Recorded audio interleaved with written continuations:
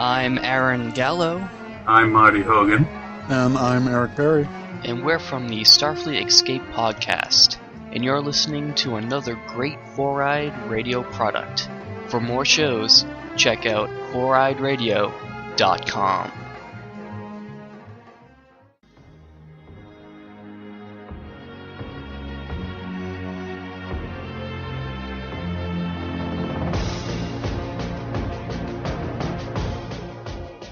It's your good pal, Steve-O from the Four-Eyed Radio Network. I'm here to talk to you about a wonderful designer we all know, Revenge Lover. Illustrates and designs that fit your personality. For samples and inquiries, please visit revengelover.com. And just do yourself a favor and tell them Steve-O sent you. I know it really doesn't count for anything, but, I mean, come on.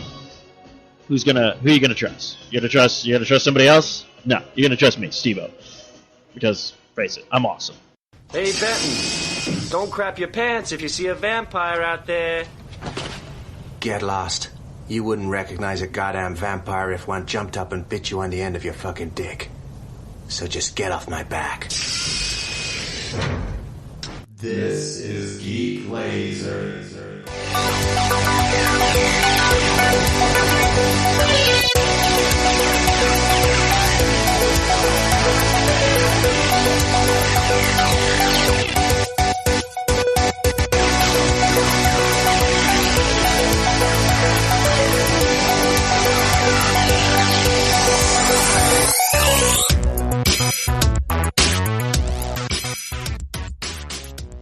Alright, welcome to episode 20 motherfucking 9 of the Geek Lazer podcast. Woo! Whoa, we made it.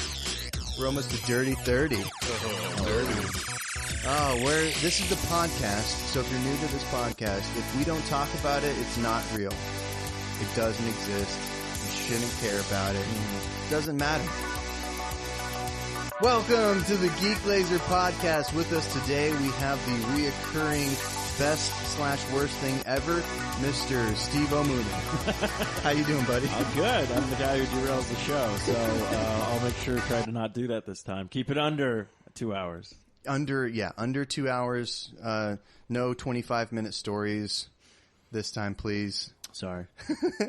And then we have Mr. Richard the Dictate. I'm not going away like ringworm.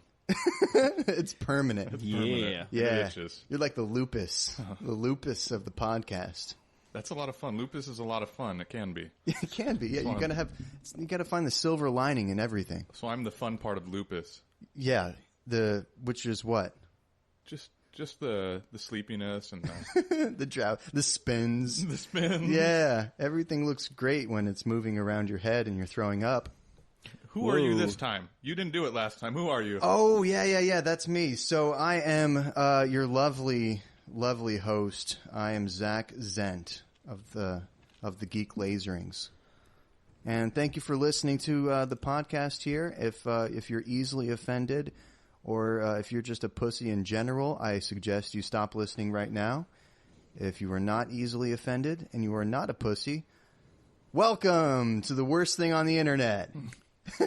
Well, technically, we're the second. Oh, 4chan's the first. Oh, then we're the third, because my first was Kim Kardashian on the internet. So I don't know that ass, though, man. That ass, she makes up for it. Not really. I've seen better. But that ass, though. Yeah, I've seen better asses. Oh, dude, she has a great ass. Yeah, she has a good name 3 better asses. Well, first off, you also have to look at the ass from the perspective of it was hit by Ray J. And then Kanye West. Yeah. Yeah, so that ass has been torn up. Yeah, so that's very true. But I got an ass. name a better ass. I got one ass that will top all asses. All right. And you can research this. Vita Guerrera. Ooh. Vita Guerrera. Okay, is that like she's a model or is she a porn star? Where does this ass come from? I think she's just simply a model because of her ass. She used to be like a car, like a Lowrider magazine model. Really? But I'm serious. Now, is it a natural ass or is it the butt implants? It's a real ass. Okay. Oh yeah, because isn't Kim's like butt implants? I don't know. Is it? I think because I mean, like all of a sudden she just was like, "Look at my new butt," and so like, okay. Well, I'm not 100% sure if that ass is natural, but I do know that given the opportunity, I don't care who's been in that ass, who's been around that ass, who's been outside, inside, I would have a time, man. Does this twist? It is a twisting monitor. I don't know. I know that everybody listening has already looked up Vita Guerra or Guerrera. Yeah, if you're driving and Googling Vita Guerrera, please watch pull out. off to the side of the road and masturbate. That is a great ass. I'm gonna have to... That is a pretty great ass. Yeah, Steve-O, you got to look at this ass. So I know this is a this is ass. That's a bad ass. So yeah, images don't translate well over podcasts, but reactions do. I can tell you that for sure. That's a great ass. I'm gonna have to Tracy Morgan that ass right now. Great. You know what I'm gonna do, Jack? I'm gonna get that ass pregnant. Tracy Morgan, but asses can't get pregnant. Oh, I'll make her pregnant. I made Lindsay Lohan pregnant. That's not physically possible. The human physiological. Okay, what you don't understand is I got this thing called magical semen. It impregnates anal glands. I'll put it this way: you can be in the other room. I'll be sitting here. Skeet, skeet. You're pregnant. That's a pretty good Tracy Morgan impression. All right, so this is the Geek Lazer podcast, where if we don't ask, then ass. And we're clearly better than Kardashian's ass. Yes, that is a thing. Hashtag better than Kardashian ass. That is, yeah, that's a great hashtag. So yeah, if you're listening to this, please tweet at better than Kardashian ass. Did we check the tweets from last time? I haven't done that ever. Then we shouldn't tell people to tweet. Oh, why not? No, this time's for real, though. This time's for real. Okay, this time it's for real. If you're listening to this and you're driving, you don't have to pull off. I can text and drive. Tweet at hashtag better than Kardashian ass. And we'll check that on the Geek Lazer feed. Yeah, and then we'll report back to you all. Yeah, we'll read off the tweets, or we'll have read off the best ones at least. Let's see if we can actually get a few people tweeting on that. I'm going to check just in case. Maybe somebody did last time. What was the last? I think it was Geek Lazer. No, we've been doing weird hashtags. I've been just yelling out random stuff. Yeah, because I do it all the time. Hashtag Frumplebutt. Hashtag FUPA. Tweet all of your inappropriate comments at hashtag FUPA. If FUPAs could talk, what would they say? I'll get you pregnant. At hashtag FUPA. All right. So, so this is the podcast. We talk about some stuff this week. There's been some stuff in the news. I mean, the last time, I don't know why we do this, but we've gone kind of superficial with our news topics. We've been talking about some trending stuff that's going on. We talked about Jared. We've talked about some of the horrible shootings from the cops that keep shooting minorities. And this week there's we record on Wednesdays. You probably listen to this hopefully on Friday. And on Wednesday here today we had I woke up to a reporter and the cameraman being shot on live television, and they still haven't caught the shooter as of right now. Or did they? Because rumor had it, I thought the shooter shot himself, but he's now in critical condition. Last time I checked. Okay, is that a thing? Because I can double check that right now while you. Yeah, so I mean, this is fucking horrible, man. I mean, I don't know what the reason is. I'm not a sociologist. I'm not a psychologist. I'm not a economist. I'm not any of these things. I don't have a degree in anything, but I just know being a person and just knowing people commit horrendous acts all the time. But here in the United States, we have a big, big fucking problem with people going crazy and shooting innocent people. And this is something that doesn't happen everywhere else in the world as frequent as it does here. I mean, we have a lot of people here, so statistically, we should have more of these shootings than other countries that have less people, right? I mean, it's all bad. It shouldn't ever happen ever, but it does because people are crazy. But we have way more. We have out of proportion amounts of these mass shootings compared to other countries.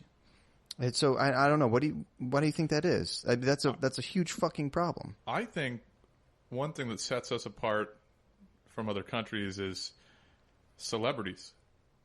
We have a lot of celebrities here. Yeah. A lot of people want to be celebrities, and I think that somebody that would do something on live TV wants to be a celebrity. Yeah. And he is becoming one. He already is one. Did they catch him? Because this morning they had no idea. Yeah. He's pronounced dead around 1:30 p.m. Okay, so did he shoot himself? Okay, yeah, it looks all right. like he shot himself.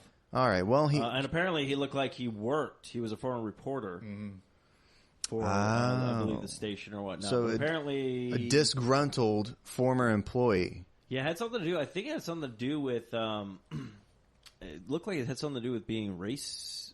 I think the woman said something racist at one point in the office or something like that.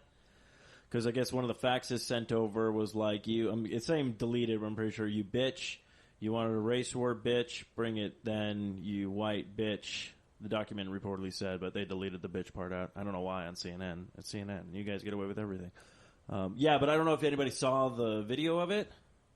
I did not. No, I didn't. There was 2 videos, actually. And this is the really creepy part. There was the video of the woman being shot on the news camera, like when they were filming. And then cut quickly back to the person in the station going like, I don't know what's going on right now, and then kind of cut to break. Then there was the video that was uploaded, I don't know where or how or when it had happened, but the shooter had a video doing the POV shot. That's fucked up. And it's really fucked up because you see when you watch the first video, you see them reporting everything, and then all of a sudden you hear gunshots, and people run and, stuff like that. And there's like only 3 people like on this weird pier. And then you go to his thing, and it shows him walking down the pier, and you see the 3 people, the girl interviewing the one woman and the cameraman. And he literally walks up, like, so he's walking towards them, and then goes right up next to the cameraman. And then you hear him going like, all right, you fucking bitch, or something like that, muttering. But then he's like loading a gun right then and there, and like no one reacts to it. No one sees it or anything. No one notices any of this until the first shot is fired. That's fucked up. It's so weird. I'm not even like the cameraman like looked over like, what the like kind of thing or anything like that. So it's just like, it was like the weirdest thing in the world. But I'm like, that's even more fucked up that the guy actually recorded himself doing it. Yeah. What did he use? Like it looked like he used a phone. Basically, it was like a phone. Okay, so you like put it in his pocket or something like that, and then record it because you needed 2. Because he was. It looked like it was. It must have been something on his arm or something like that. Because you literally see the gun come up, or it had to be like somewhere like back here. Like I know what I'm showing everybody in the room. You can also see it on the podcast now. But like it was a weird thing. Like it looked like he was holding his camera when he walked up, and then like he either was doing something like this, like holding the camera and then the gun out or whatnot. But it was like the weirdest kind of thing. Like you saw, like you heard the gun getting loaded, and then all of a sudden it cocked back, and then the gun came up, and then it was like the fires and everything. That was just you're just sitting there like, what the fuck? So 3 shots were fired, and the cameraman and the reporter both died, right? Yes. Yeah, and then the disgruntled reporter, former that worked formally for the news organization, shot himself at 1:00. Yeah, I think he shot himself like right after that. I guess a report said that I think he was on like a freeway and just shot himself. But at the point of my thing was, if that's part of your plan, I've always said this. If that's part of your plan, killing yourself, move that to number 1. Just go ahead and kill yourself first, so you don't hurt a bunch of people. Yeah, that would be great if people would just kind of not harm other people. Yeah. So ever. Yeah, and there's a lot of suicides here in the United States, and that's always sad. Every time a human life is lost, whether it's good, whether it's bad, whatever it is, anytime there's a human life that's lost, it's a tragedy. But if you're gonna fucking take out other people, and the only alternative that you can see in front of you is death at the end of your plan, move that to step 1. Yeah. It's like you choose your own adventure, and that's the first page you should land on and go, oh, okay, I shoot myself, okay. I forget what comedian said it, but this is what you should do. If you really feel like you're going to kill yourself, well, you definitely shouldn't. But the comedian said that if he was going to, he would swallow a bunch of quarters and jump off of a high building. So when he hit, everybody was so happy. Or candy. It's like a piñata, except human and covered in organs. And yay! I found a nickel. So that would be really painful to swallow a bunch of quarters. The way that they caught this guy, and this is another topic I wanted to bring up, was they caught him with a license plate reader. Did you know that these existed? I didn't. No, what is it? Everywhere. It's a gun that you shoot at a license plate, Nope. and it. Oh, okay. What is They're it? everywhere. We have them everywhere we go. There are cameras on, and I'm not just being a conspiracy theorist. This is a fact. There are cameras everywhere that are reading license plates and storing that data. Oh. That's pretty crazy. So it's good that they caught somebody, but at the same time, they're storing all of our data. They see Well, where yeah. we go. They see, Well, you walk around with your smartphone in your pocket all day long, right? True. Yeah, you're already submitting all that data anyways. We're on the grid. Yeah, I mean, we're all on the grid. They have your address. They know where you are. They know what you look up on the internet. Everything is public. That's true. Everything is available to the government. It's not necessarily public, but everything is available to the government. From every purchase you've made in the last 10 years since they've been recording that shit on, with debit and credit transactions, to where you go today, to what kind of porn you jerk your dick to. They better not know that. They do. Oh. They do, man. There's a couple steps you can take to kind of protect your internet privacy, but for the most part, most people don't do that kind of stuff. They don't have VPNs. They don't have any type of, IP blockers and stuff like that. So I don't know everything what either is of those stored. things are. Yeah, most people don't.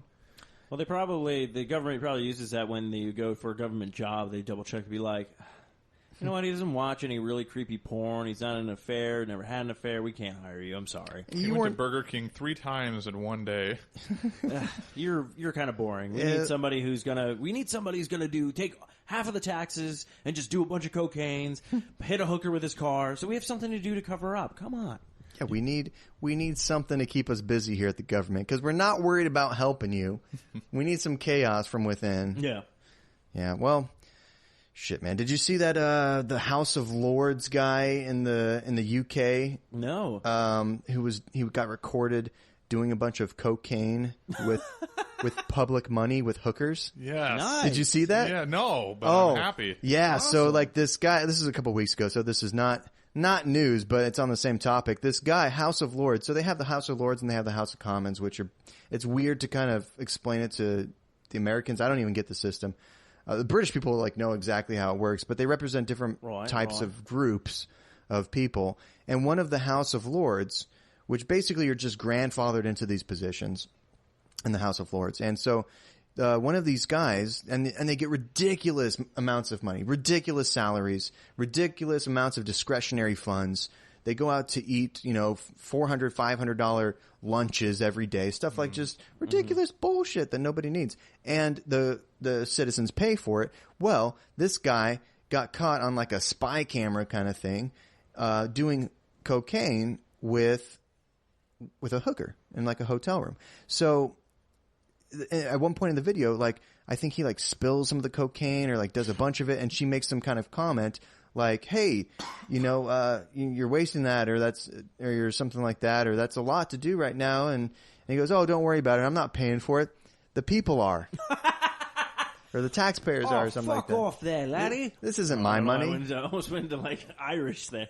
Yeah, well, that's Irish people. They probably like cocaine too. Oh, yeah. So to be praised, we do. Yeah.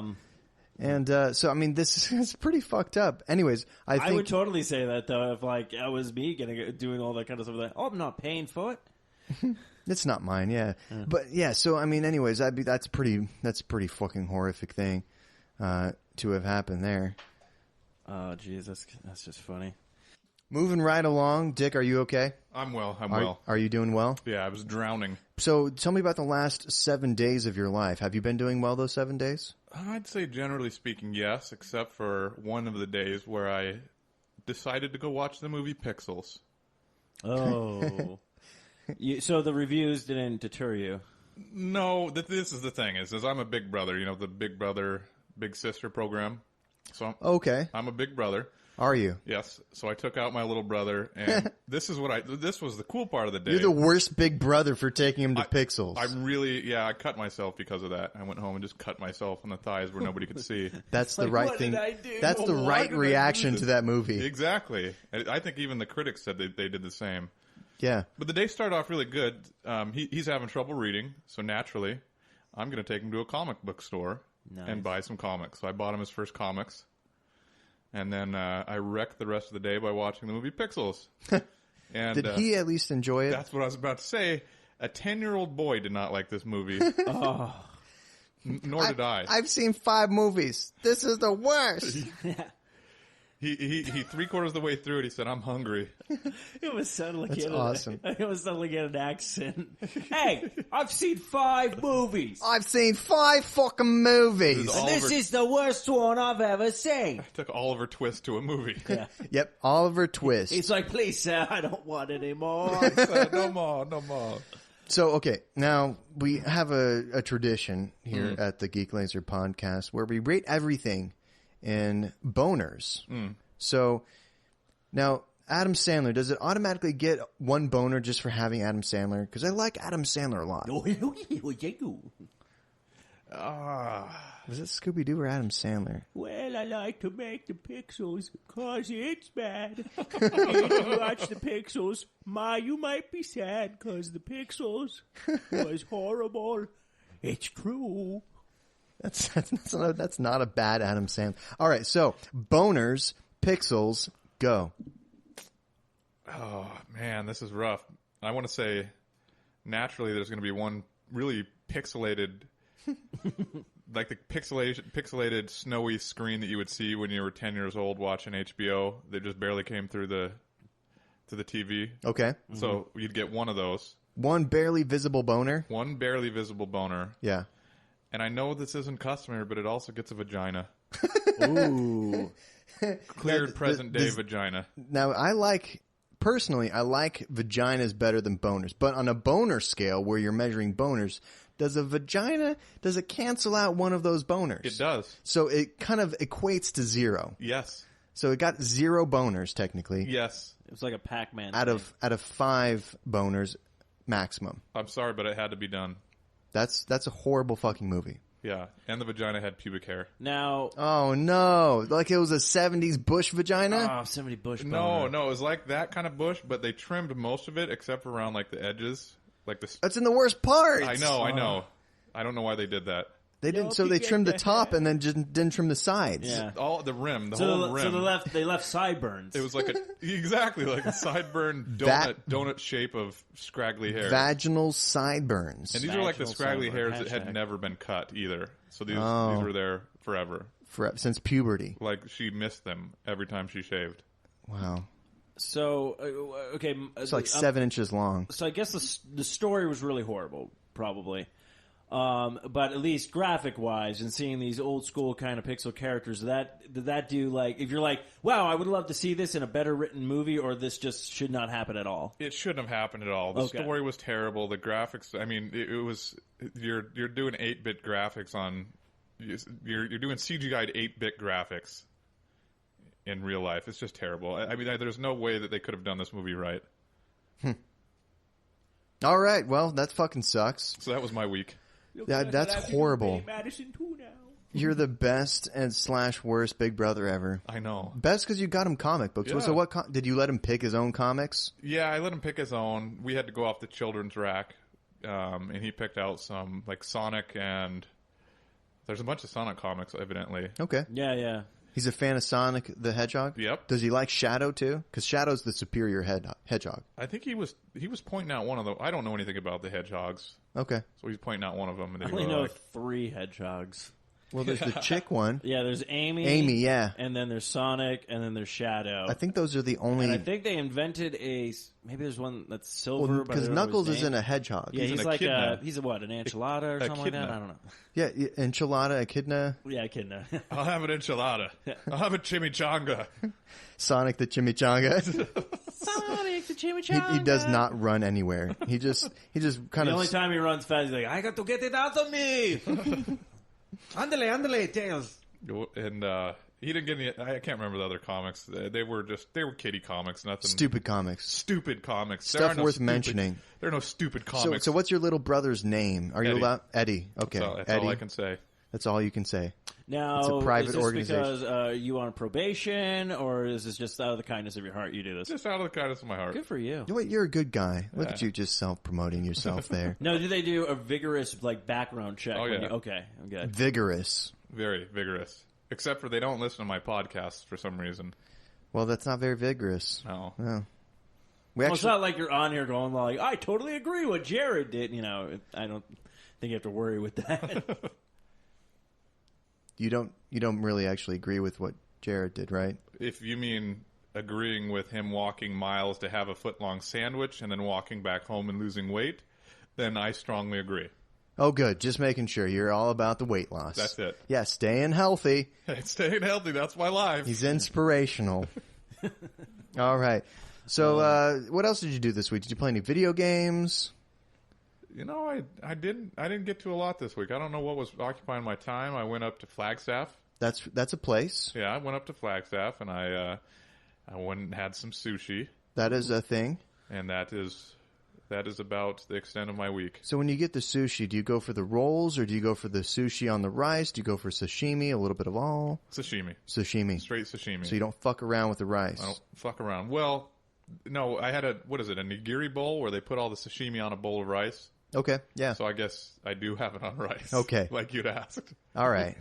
But they fucked it up. They put it all in this little cereal bowl. I don't know. It was just, it wasn't a good experience. I don't know how you fuck up raw fish, but they did. Well, there's plenty of ways to fuck it up. But... Cook it. It's your raw fish. That's the big one. That's the big one. Cooking the fish fucks it up. Yes.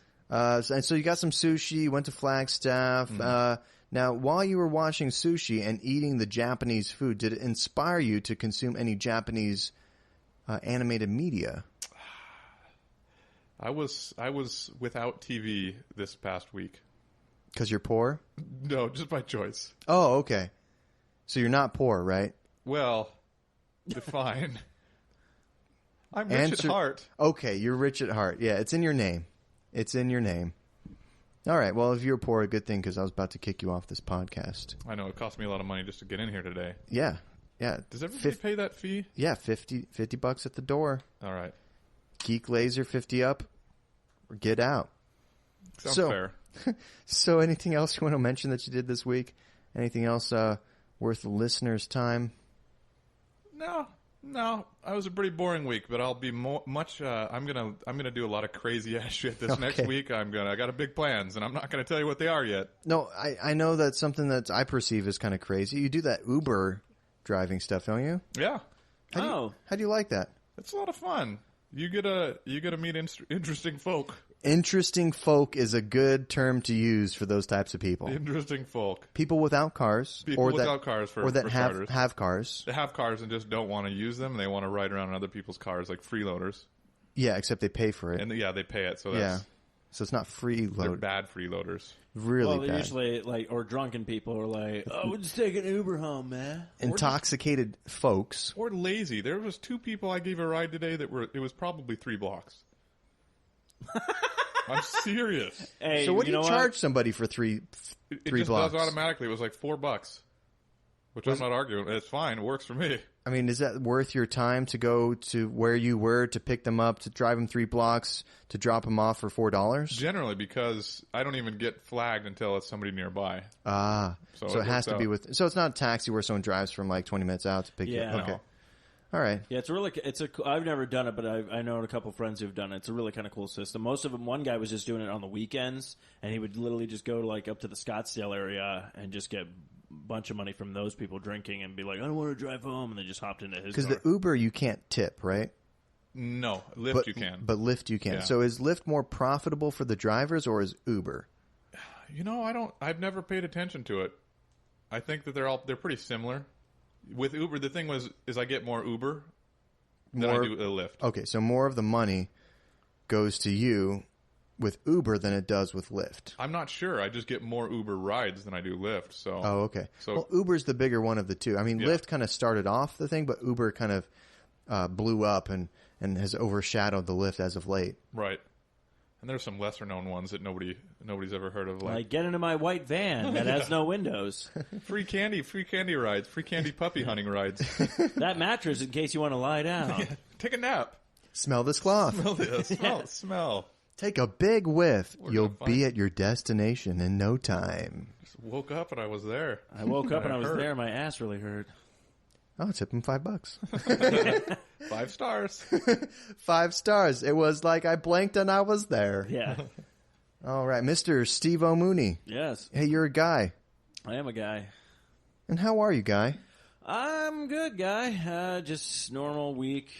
work as normal. Finally got more Batman in to play. I'm at 90% story, almost done. So Tight. Well, I'm trying to get everything before I finish. So Yeah, a lot of people are with that game. I'm being like the completionist. I heard like the story is only like 15, 20 hours, but like the side stuff is like another 15, 20 hours. Yeah, it's it's well worth the game. It's not like you bought something for like almost $60 and then it's like 8 hours and that's it. Like Yeah. I mean, you can, and then plus all the DLC that will be coming out for it or already have come out for it. So I mean, There's going to be some paid DLC coming up here in a couple months, well, they have right? they had the 2 DLCs. Like if you bought it at GameStop, I think you got like the Red Hood DLC. Yeah. And then there was the Harley Quinn that comes with it anyways. But I'm talking about like actual like expansions on the story and like more missions DLC. Yeah, they have the Batgirl one that Okay. just came out. That was like the first paid one. And then, so I don't know what else. But a lot of costumes, a lot of new skins. They actually released like, the Tumblr. Is there more content that they're going to be putting out later this year? There's going to be an actual like DLC that includes more missions and some stuff like that, I believe right? so, yeah. Okay. Because that's what they did with, what was it, Arkham City, where they only added like one thing, but it was like it was basically everything that happened at the end of the storyline, and then it was, you did this thing with Harley Quinn, like you played as Batman and Robin back and forth and stuff. Never played it. So, you know what we're going to have to do, fellas? Mm. And I'm going to put this out there on the air so there's accountability. We're going to have to fucking all play a video game simultaneously. Yes. I think that's the thing we should do. I think so. Well, the good thing is, I mean, that we're coming up on the holiday season, so there's going to be a lot of new releases that are coming out. To the fact that the ones that just came out this week. Well, there's Gears. Yeah, there was Gears, Until Dawn, the Mega Man Collection, Dishonored just came out with the re-release as well. For PS4? PS4 and Xbox One. Tight. Yeah, I thought only 2 games were coming out, and then I saw a bunch of other stuff came out. But those are not, none of those are new games. Well, they're not new games, but they're just re-releases, I guess. Yeah, and whatnot, but that doesn't count. I played. To me, it counts. Those aren't fucking new games at all. No, then the only new game that came out technically is it Until Dawn? Was Until Dawn. Yeah, and then there's the new Metal Gear Solid 5 that's coming out. Did that come out, or is it coming out? 28th. Okay, because I keep seeing reviews on it, and then I kept seeing like somebody posted something like in a store saying like they were already out or something. I don't know. I mean, we can get our fact checker on it. Actually, while we're on the subject, did anyone play the Metal Gear Solid series? You know, I played a little bit of them. I never beat a single Metal Gear Solid game. I never could get into it. See, I really enjoyed the and I'm not going to say the first one because, of course, this was like the franchise that came and rebooted itself on PlayStation. Yeah, because it was originally like it was really on Nintendo. There was a Metal Gear one, and then it was just like, Metal Gear, and then it was like Snake's Revenge was like the sequel, the second one, yeah. And then I forget if there was one after that, and then they did Metal Gear Solid. But yeah, so I played Metal Gear Solid. Also played the GameCube one, which was like the remaster and everything. That was Acid. No, that was Twin Snakes. That was the second one. No, there was the second one was Sons of Liberty. That's number 4. Is that number 4? What was the second one then? Metal Gear Solid 2 Solid Snake? No, I'm trying to remember what it was. It was like Metal Gear Solid. I'm going to help here. Yeah, thank you, because I'm like something Because Snake. I know the third one was Snake Eater. Snake Eater, yeah. And then the fourth one, I guess, was Sons of Liberty. And the fifth one is shit a dick. We're not dead or something. I have like a character. I got a SDCC. I got a Solid Snake like action dude. It's from Metal Gear 5. That like a pre-release thing. Oh, okay.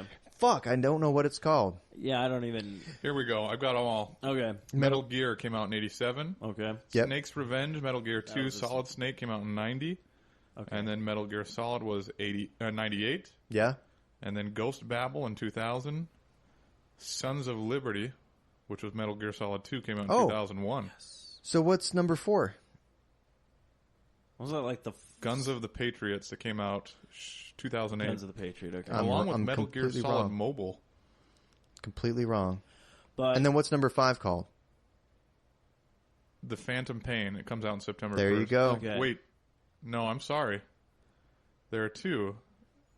Metal Gear Solid 5 Ground Zeroes. Oh, that was that weird one they released. It was like a training. I don't know what that was. That was like the prologue for the game. So, like, the game takes place, but that's the prologue for this Metal Gear Solid 5. Yeah, the game that's coming out whenever it's coming out. Now, basically, I asked about it because it was just like, I played the first one, loved it, got the remake, that was the Twin Snakes that was released for GameCube. Tried to play the second one, could not get through that much of the second one because the main character in that, Raiden, was so fucking annoying. Really? It's like, you would go to save your game, you know how you would save your game in the original one to be like, oh, Snake, and you get like tips and stuff. This was like, so your girlfriend, that's who would save your game, and she'd be like, we need to talk about a relationship. And you sit there going like, I'm on a fucking tanker trying to save the president getting shot at by terrorists. Can this wait? Can this wait? This is not really on the top of my list. Yeah, no kidding. That sounds pretty true to life. And then the third one came out. Realistic. Video games are getting super realistic nowadays. Do the fucking dishes, Yeah, then Snake. the third one came out, and I loved it because it was supposed to be like the beginning of everything. Like, it was supposed to be the start, but I couldn't play because I'm colorblind, and you had to do a lot of stuff with camo. Okay. And I could never get the camo correct to sneak into places, so I just shit. ended up getting killed. You're colorblind? Yeah, so I couldn't figure out the color scheme of like what you need true to colorblind? Well, true colorblind. I mean, everybody's colorblind is different, so I can only see certain colors. Like if you see like a white and a pink, So I might just see white. Is it your red cones are fucked up, or is it the blue? I believe it's going to be. I want to say it's probably my blues. Like I can see blues, but if a purple is not, if like purples sometimes look like blue to me, Yeah. or like even like what's it called? Like yellows and greens can look alike. Depending on how light they are, so... How many fingers am I holding up?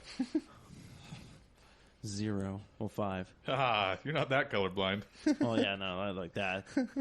But, yeah, it's only with certain colors, because What color is Dick? Oh, don't ask me. He's American. No.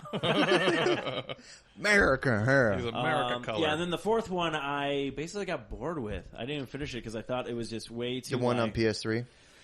Yeah, like, it was supposed to be this Revolution game, and I'm like, okay, cool, and I'm like, oh, Solid Snake is old, okay, and it was just like... Did you play Metal Gear's, what was it, Rising Revengeance? No. That was the fast-paced action game that they made. Is that the one with, like, Raiden in the metal suit or something like that? Yeah. It was Raiden in the metal suit, and it was, like, Devil May Cry-ish in terms of its combat. I played, like, the demo of it. I was like, it was interesting, but it didn't, like, grab me. That's supposed to be... I mean, from an outside perspective, who's played the Metal Gears, but not like a fan of the series that doesn't give a shit about the lore, I that's my favorite.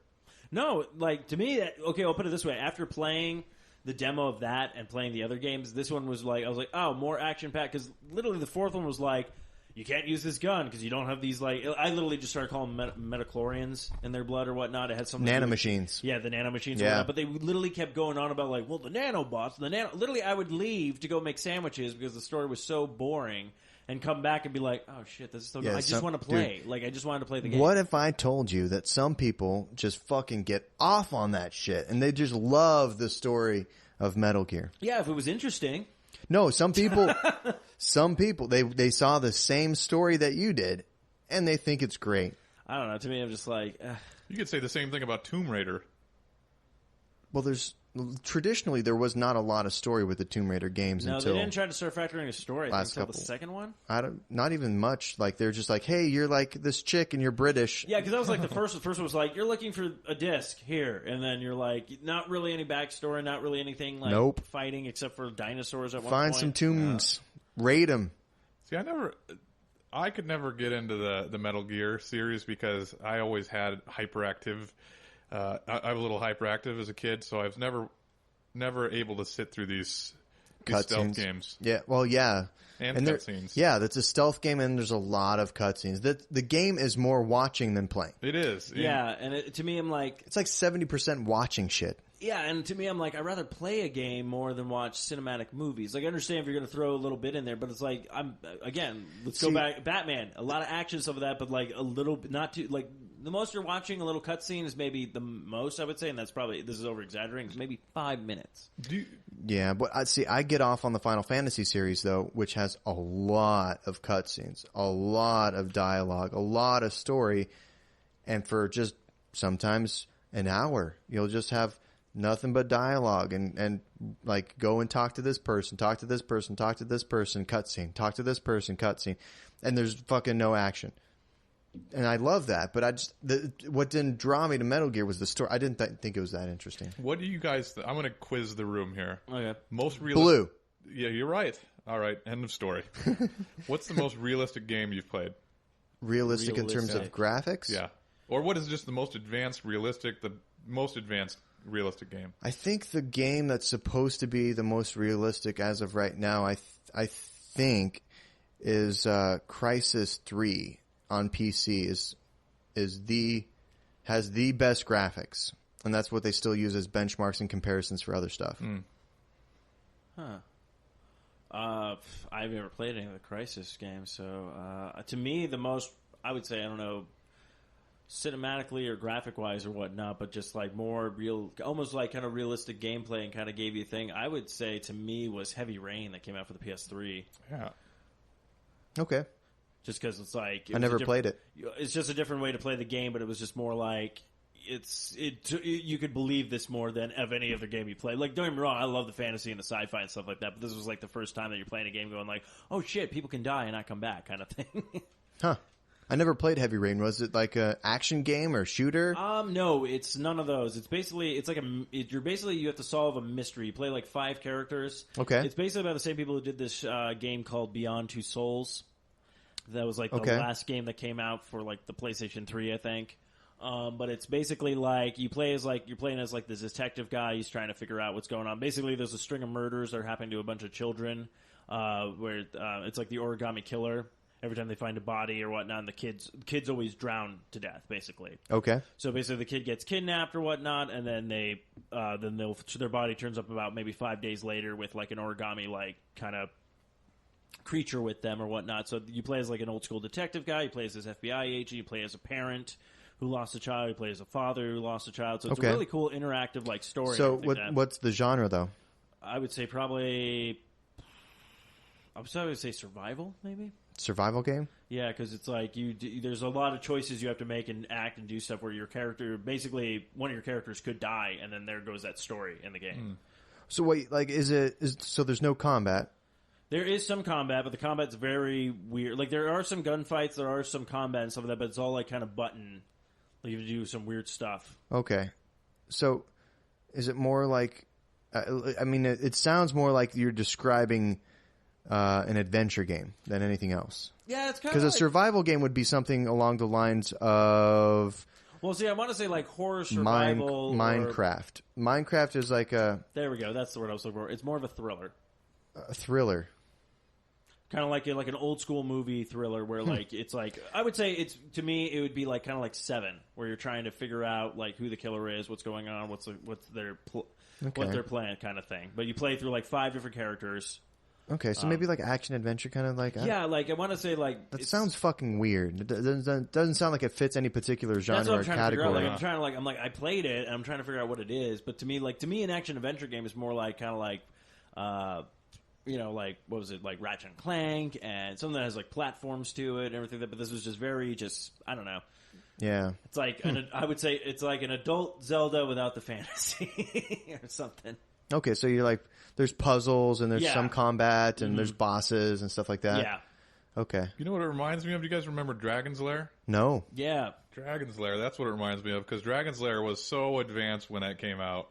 It was a animated game and it was all like a cartoon movie, and you just choose which direction you jump and stuff, and it plays out a movie. That's weird. Yeah, when did that come out? Yeah, I'm trying to remember when it came out in like the 80s. I think so. Oh, shit. Yeah, I've seen this before. Dragon's Lair. Yeah, because they did Dragon's Lair 2, then they also had Space Ace, was another one done by the same... Yep. But that would be like the definition of an adventure game where you can just like kind of like choose different things there, and is there some like minor puzzle solving and stuff as well? Not really. It's basically you have to kind of... Basically what ends up... It mostly comes down to being a memory game at some point, because you have to choose the right directions, and then you would learn where to turn, where not to turn, stuff like that. So because, of course, if you made the wrong move... You die, you have to put your quarters in the machine again, and then go ahead and try to remember everything you just did. You know, in certain games that we have today, it'll be like press triangle and then press square twice, like quickly at this scene. That's what it reminds me of. Like the quick action time? Exactly. Okay. That's what it reminds me of. Like I think they're called quick action events. Quick action events. That's exactly what the game is. But it tells you what to do on the screen, right? Here, so this you would have to remember that exactly. And just choose which... Okay, that sounds interesting. Dragon's Lair. Man, Yeah, that it was looks ahead of its time. It looks really familiar, but I don't think I've ever played that game. That was a little bit before my time, I think. I don't even remember what system that was on. Well, I think it used to just be like an arcade thing. It was like it was like one of the first base like laser discs, like before laser discs was like available. That's what I think it ran on in the arcade. And then I think it was released for the Sega CD. Oh, I think you're right. Point. And then I don't know if it ever came out for anything else. I know they re-released. I think they re-released them on like Xbox Live Arcade and PlayStation Network sometime in the last maybe 2 or 3 years. I could be wrong though. But yeah, I remember it it was ported over to a console, but I believe it was only on like the Sega CD, which again didn't really do too well because CD stuff was in its very early ages. I'm sure you could probably find a ROM of it somewhere. No, definitely. The platform of origin was a Laserdisc video game. Yeah. The future. The future of video games. Laserdiscs. Laserdisc. Brought to you by 1980. I'm not even sure if it was even. I'm not even know if it was ported over to like the Panasonic systems or anything at all. All right. What else did you do, man? So you played a little Batman. Yeah, played a little 90% Batman. to completion there. Trying to finish that up. Trying to get the platinum trophies. Or the game. I got it for Xbox One. So the game okay. Thing, so yeah. Played a little bit more of. What was I? I played like one of the free games on PlayStation. It was like the Tomb Raider one. Okay. That was kind of interesting or whatnot. Nothing too gaming. Oh, and then it was, of course, the birthday of Legend of Zelda, the original that was released in America for the first time, I think on Sunday.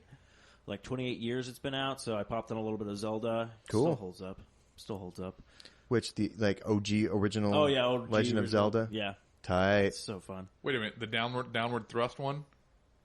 Or was that Link? Oh, that's Linked. That's Legend of Zelda 2 Link's Quest. Link's Adventure. Yeah. Yeah. Man, I remember that game. Yeah, that's his classic move, man. Downward thrust. The downward fucking thrust, man. That's play some Super Smash Brothers. You'll see a lot of that downward thrust. Mm-hmm. Oh yeah. Heyo. But yeah, nothing too much. Just I'm trying to think. Oh, recorded like 96,000 podcasts? Yeah, I mean, I recorded Arcade Bros. It was a solo one because I wasn't sure what's going on with my co-host. So I've been trying to hit him up being like, are we recording Sundays? Are we not recording Sundays? So I'm still that one might just become a revolving door where I think I'm just going to have people guest host with me. Or put it out when it's available, you know? Kind of thing. So we'll see what happens. But yeah, I did that I just did that Monday and then I got released it on Tuesday or whatnot. But yeah. And then had a really crazy Saturday night. Went over to a buddy's house to record the one podcast I record over there, but like his wife's friend from school came over, and at a certain point, people get drunk, really, really drunk, and then someone says something, and the other person takes it the other way. Oh, yeah. So the entire evening was, yay! And then it just took that spun awkward real turn quick. where me and my buddy were just like, I'm going to go outside and have a smoke. And that smoke turned into 10 smokes because I did not want to go back inside with that whole batshit craziness going on there. Weird. Yeah, that was fun. So, well, it sounds like most of the evening was good. Yeah. I think I want to know what she said. It was she, right? Yeah, they were both women. Well, of course. Dudes are like, hey, I've said this.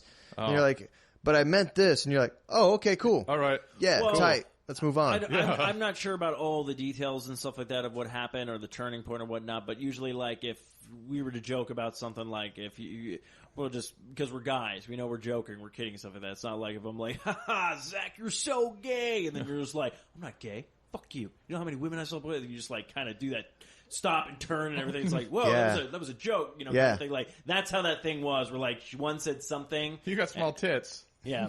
What? Yeah. No, it wasn't even like that. It was something with religion. Oh, that's all I know. Yeah. There we go. That's a good, touchy subject. Yeah. That's what I was just like, that's why I just... Yeah, as a self-proclaimed atheist, that's probably not a good topic for you. To me, I was just like, I didn't take it as a joke when she was saying it. Like, I thought she was being serious, but the other girl thought she was making fun of her religion at one point. So I was just like, I'm going to take a step back. If you don't mind me asking, what religion is she? I have no idea. Okay. Like, Pagan. Actually, yes. The batshit crazy one was pagan. Yes.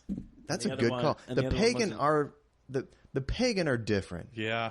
They are very different. A little bit. I mean, traditionally, pagans are animal worshippers.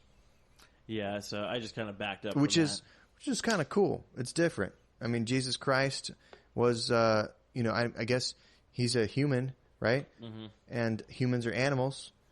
And so, by definition, then all Christians are pagans. Yeah, well, technically they did steal. Technically they did steal all their like holiday ideas from the pagans. So yeah, there's a lot of like the tree in the house for Christmas, the whole stuff with Halloween and everything. That like we basically were just like, hey, we don't like a lot of your stuff, but we like your holidays, so we're just going to steal those. Halloween is not a fucking Christian holiday. I know, but that is a pagan holiday. But yeah, that's traditionally. That's what I'm saying. Like that's why you kind of see that. That's why I'm like, you know what? Everybody believe whatever you want to believe, because I'm just like, it's all just like, I'm like the Bible, great piece of fiction. Yeah, I was actually reading this. I forget his name, but he's a scholar, and he studies the Bible and he studies early Christianity and stuff like that. But he's also an atheist, and he believes that the Bible is not necessarily 100% true. And go figure, right? Mm-hmm. So, but he was bringing up the fact that not a single fucking Roman or Greek historian from the first 100-year AD, right? Mm-hmm. From that time period, which would have been during Jesus' lifetime and right after Jesus' lifetime, right? Yeah. None of them mentioned Jesus Christ, any of the apostles, or any of the events of any of the resurrections and zombies and fucking bringing people back from life and curing diseases and stuff that you would think would spread very fast from those places to just a little bit west over in Greece and Italy, right? Yeah. They were already communicating with each other. I mean, so at that point, none of that information got over there. None of the historians and none of the historians from any of them mention any of the apostles. And anyways, it was just an interesting piece of piece of literature there. See, that's why I think it's funny. Like people they like to do the research. They like to go, where does this come from? How does it work? All this kind of stuff. They like to know the facts and stuff. It's not like trying to be, I'm right, ha ha ha. It's more like, no, I want to know like where this came from. Like I'm always like that. I mean, I even watched a documentary about it. It was called like Killer Legends, and like all these urban legends that we know today, they actually did have a place of origin. And I was like, oh, I did not even know about this. So it's like, I kind of want, you want to learn about that kind of stuff. But for most of these people, and I'm not trying to, hopefully you don't have a lot of people who are religious and stuff like that, because I'm like, believe in what you want to believe, just don't push it on me. But it's also, you guys will just be like, oh, miracle, God did it. It's like, really? Like, you don't want to like maybe ask why or how, or like maybe push a little bit further and see if it was just science. Yeah, because it's all like, and the thing I hate the worst is when people are like, it's like, well, no, we created medicine, stuff like that. It's like, yeah, but how'd you get all the medicine? Well, we found it. But who helped you find it? Well, we researched for it, but who created the medicine, really? Well, I did. I had to put it together. No, God made all those ingredients. I'm like, first off, if you're really going to rely on that guy, first off, hands off. He's a horrible father.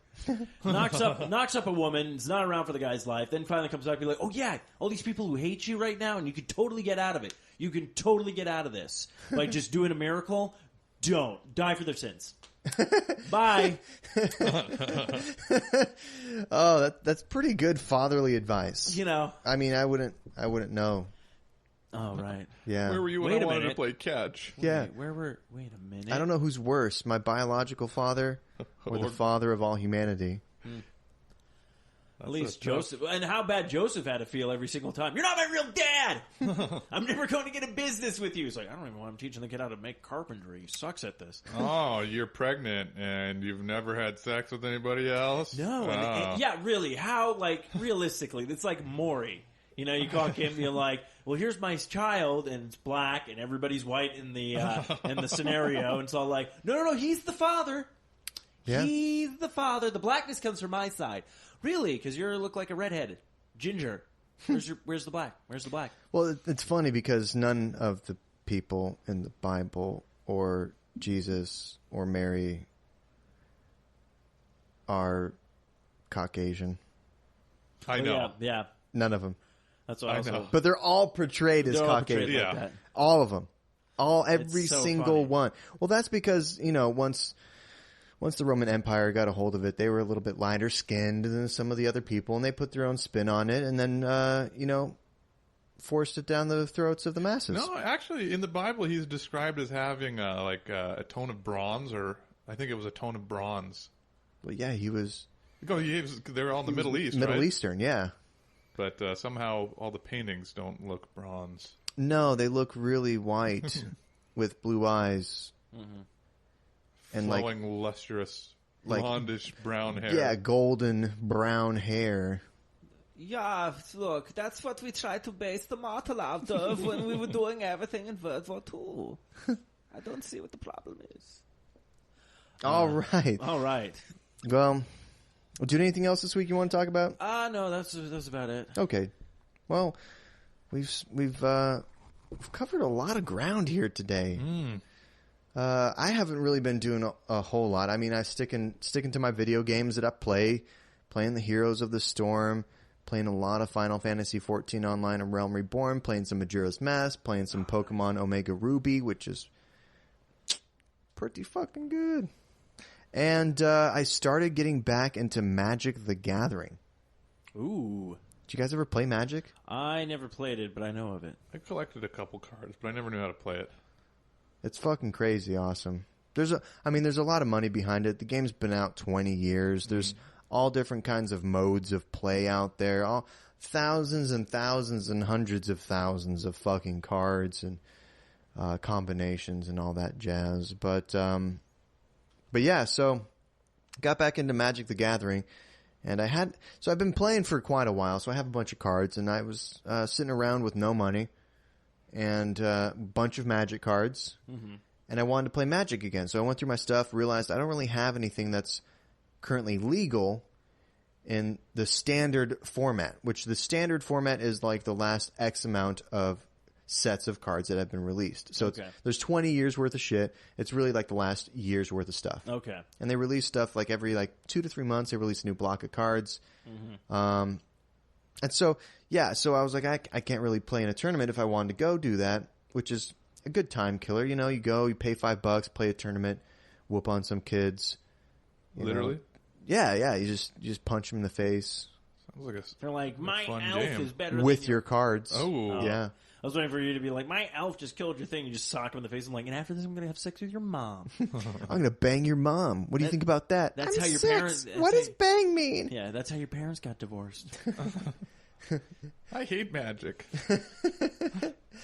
Poof. Then Joseph walks over like, You come got on, kid, no- let's go. You're not my real dad! I'm going to make your daddy disappear, bitch. All right. So that's so- a magic trick for you. So No, do you have to go out and buy new decks? yeah, so I went out to the West Valley, took these cards that I had, and I just took just a couple, I don't know, 100 cards maybe, 200 cards.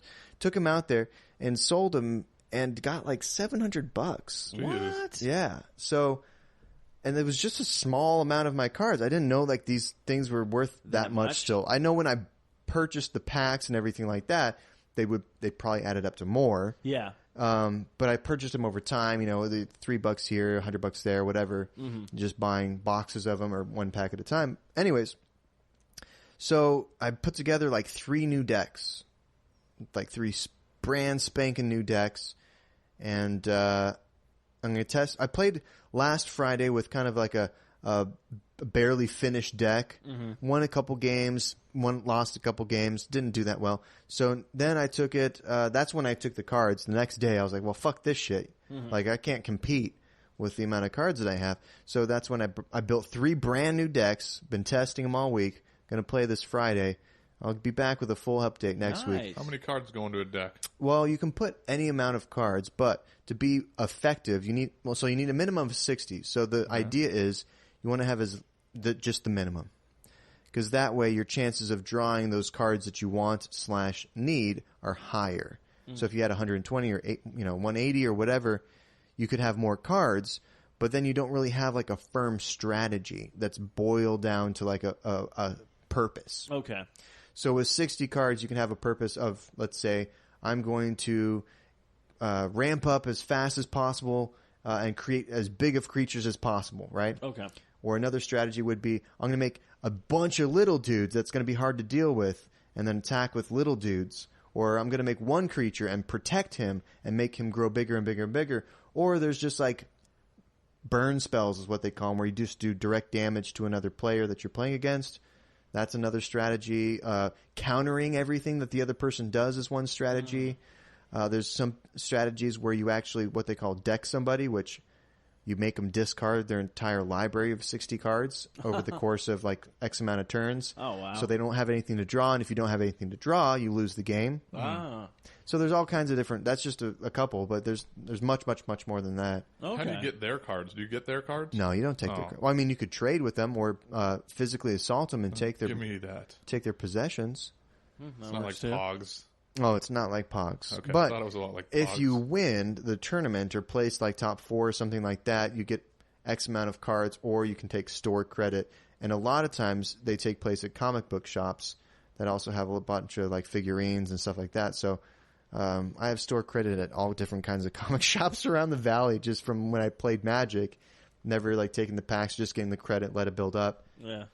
But that's how I bought like these Saga comics I have. And that's cool.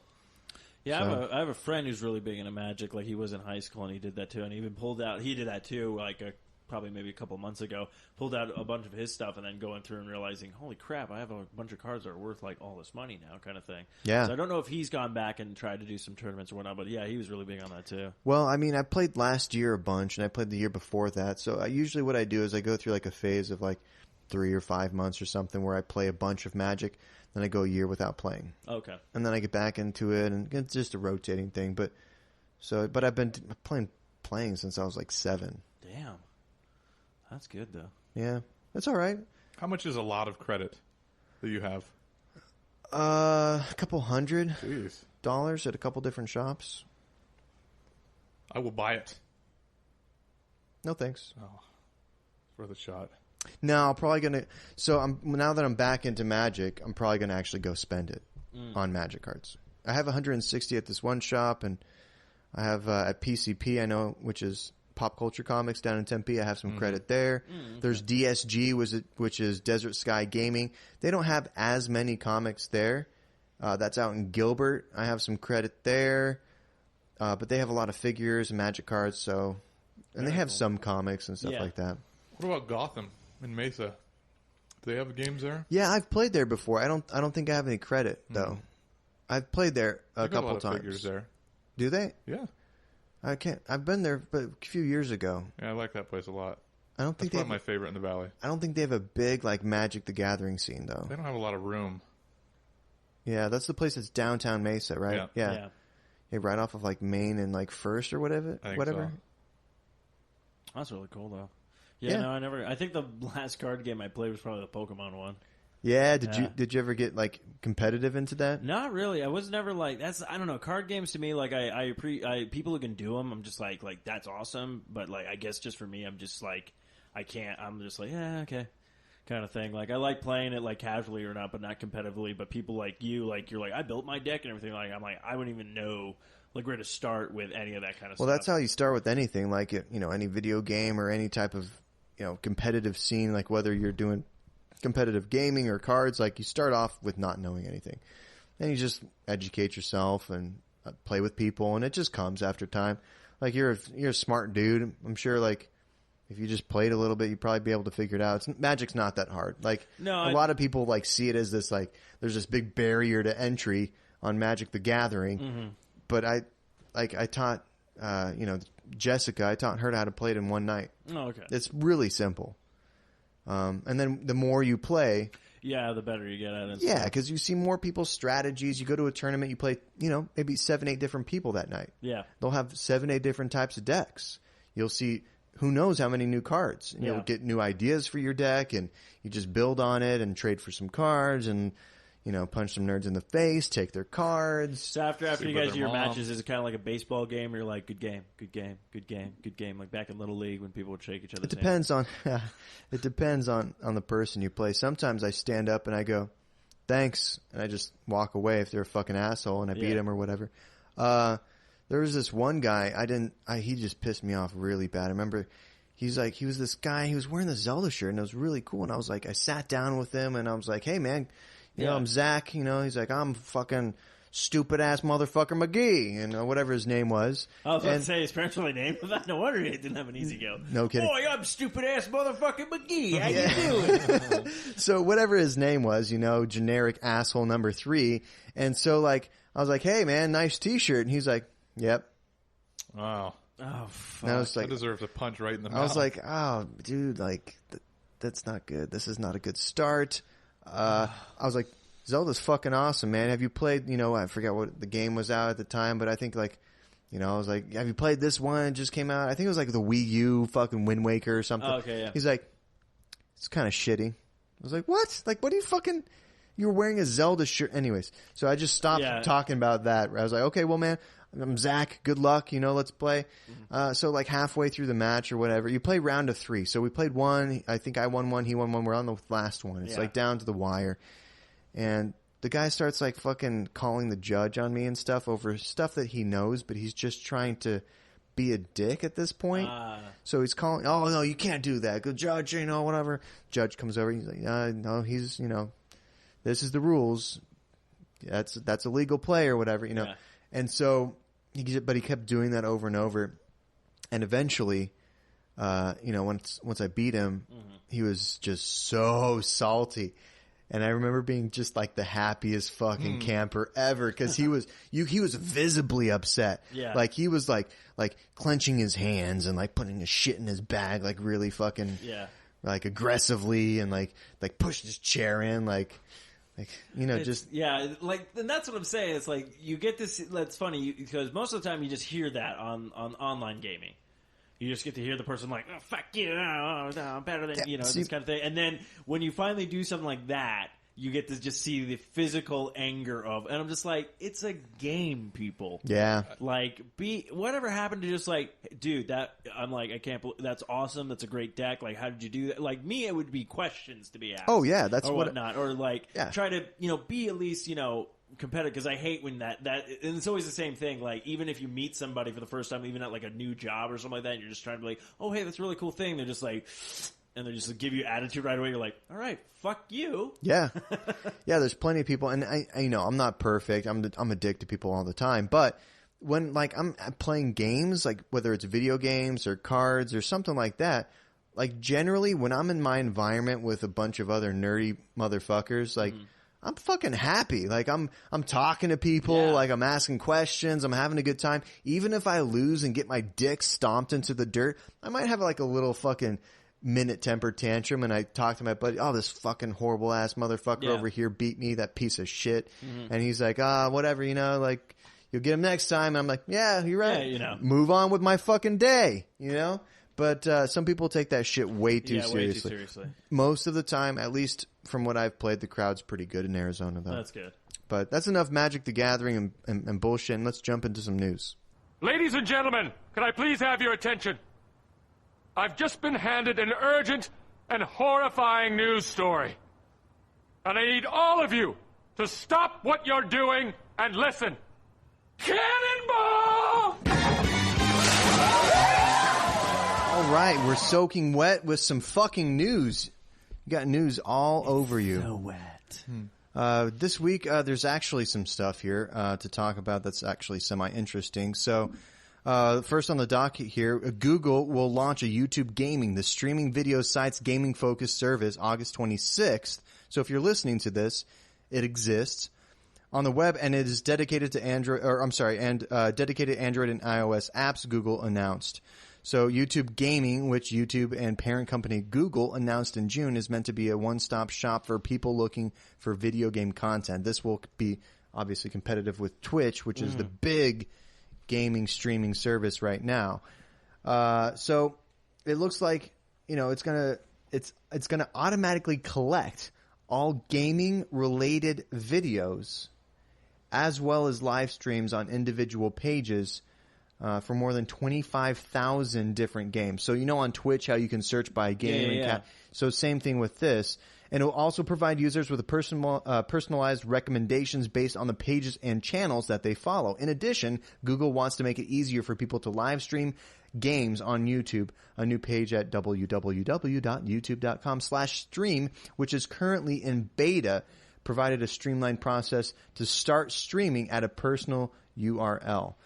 Huh. And here's a YouTube from the quote from Frank Pedersen, the engineering manager for YouTube Gaming. So he says, "Together, we can all make gaming better. Our peers make us better gamers, and games are made better by the communities that surround them." Which, I don't know what communities he's talking about. You know, sometimes they make them fucking worse. But that's, dude, anytime competition comes into a service, whether it's social media or streaming or Xbox versus PlayStation, competition always is a benefit to the consumer. It always works out in the consumer's favor. Yeah, because you're like, okay, what are these guys going to give me opposed to these guys that are giving me right now? Yeah, then they have to step up their A game. If there's only one fucking cable company, they can do whatever they want. Yeah. If there's two cable companies, they got to start, offering better services. Now, do you think they're going to be releasing? I know everything's in beta right now for streaming wise and everything like that. But do you think that in the near future they'll be releasing like the apps and everything like that for the consoles and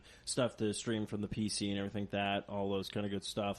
Or are they just going to be specific? No, you stream on this thing and then we go ahead and collect everything and put it on their website. Oh, so I think there's going to be apps for watching stuff on smart devices. So, like, if you want to watch something on your iPad or if you want to watch it on your phone, but there's also, of course, going to be web pages for it too. Okay, so that's what it looks like. I think it's in beta right now for the people wanting to start to stream, but I think this, based off the article, it looks like they already are collecting all the video game related channels and videos that are already up on YouTube, and based off what they're tagged, putting them into different categories. So you may actually be able to look it up right now. I just can't believe there's enough of a market for video game watchers. There's a lot of people that watch video games. Huh. Dota 2 actually collected like fucking $20 million from people at home paying a fee to watch the internationals that they gave out as prize money. Wow. So like people like you and me pay money at home to watch the pros play Dota 2. Now, are they doing it because they can like learn techniques to be better themselves, or what is? I just don't get it. It's also really exciting, to be honest with you. Well, I play Dota 2. Yeah. I mean, like, do you play basketball? Do you like watching basketball? Nope. Do you have any equivalent? Nope. That would stimulate conversation. Snowboarding. So you like snowboarding? Yep. And would you pay money to see people snowboard live in competition? No. Maybe. I can see that, though. I can see that leap there. Well, because I'm just trying to make a correlation. Yeah. So, like, if you like something, you'll pay for it to see other people play it, usually. Right. Yeah, that's true. Especially if it's a competitive scene. If it's just someone streaming, I don't know, fucking Grand Theft Auto or whatever, they're just playing a story on Final Fantasy, it just might not be as exciting as watching a team of 5 players, the best international players in the world, compete against another team of 5 players. And each country has their own team, too. So China has their own team. U.S. has their own team. China always wins. What about North Korea? North Korea, they have a team. They just don't play Dota 2. Oh. The team is dedicated to harvesting potatoes for their family. Oh. So they don't starve to death. I win. No, I win. Because I own the country. Kim Jong-un wins every time. He wins every game. Oh, you ever. got this many potatoes. Congratulations. Only one of you die. All your potatoes are mine. Yeah. All your potatoes belong to me. All your potato belong to us. All your base belong to... Anyways, all right. So, yeah, so that's going to be cool, man. I mean, that gives Twitch watchers an alternative because there's some problems with Twitch.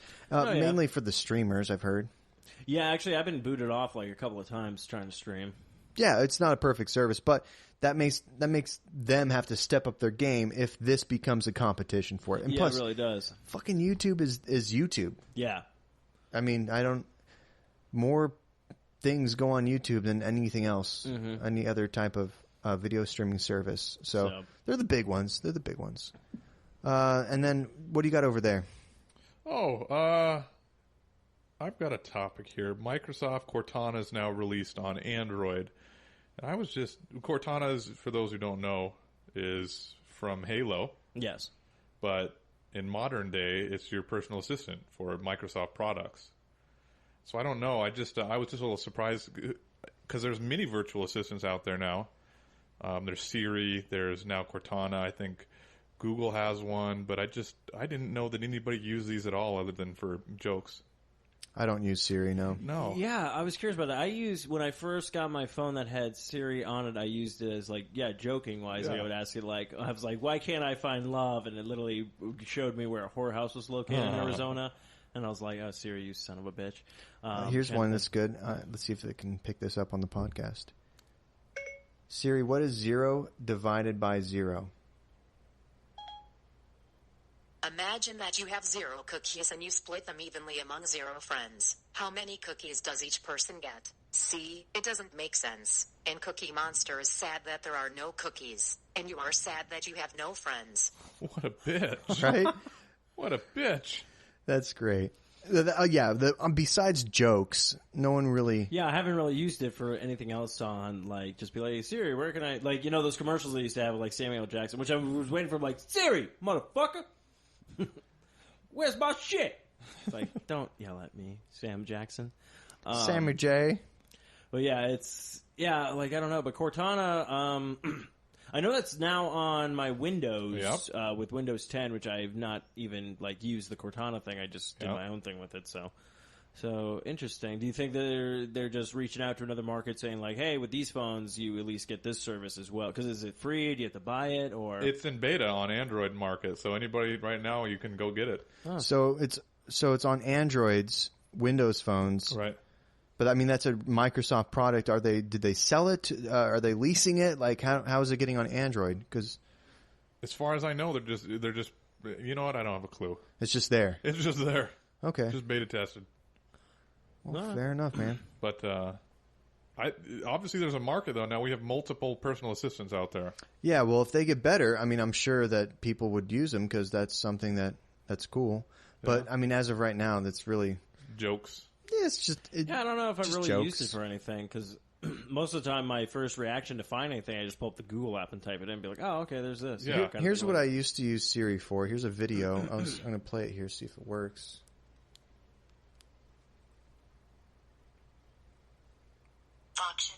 Hang on. See if it plays. Searching the web for dicks of my feet, shit, fuck, shit, piss, fuck, all the homeless people are taking my food, shit, fuck, oh my god, they just raped my family, shit, fuck, oh no, stop, no, not there, no, stop, don't, stop, it hurts, shit, fuck, it hurts, so good, shit, fuck, piss, shit, fuck, shit, fuck, do it more, do it again, harder, faster, stronger, yeah, do it again, shit, fuck, piss, shit, pussy, penis, pussy, shit, dicks, yo, my face. Do you think it's gonna stop? Yeah, so that's what I used to use Siri for. I would just yell, me and my buddy, we would just yell obscenities into the phone and see what it picked up. Yeah, I've done that. That's what I would do. I'd be like, Siri, I'm going to fuck you in the ass so hard and I would just keep going because then after you were done, it would repeat everything back you just said. Oh, it's yeah. just the funniest thing in the world. Yeah. And then what I love is then at the end she'd be like, is this what you're looking for? And me being a dick would just go, no. Not good enough, Yeah. Siri. Yeah, well, okay, that's cool, man. I mean, personal assistants are something that I don't really have any interest in. But let's say that if they worked better. Yeah, that's the thing. If they worked better, I would be into it. Like if I could just have my Bluetooth on, press a button on the Bluetooth and say, make a note for next week to put in an appointment for a doctor or whatever I'm doing, right? And it actually worked without me having to fucking do a bunch of bullshit. Then yeah, I think it might be interesting. I think what we want Jarvis from the Iron Man movies, but we're not at that stage yet. Yeah. Yeah, and if we are at that stage, it's probably the end of humanity. Yeah.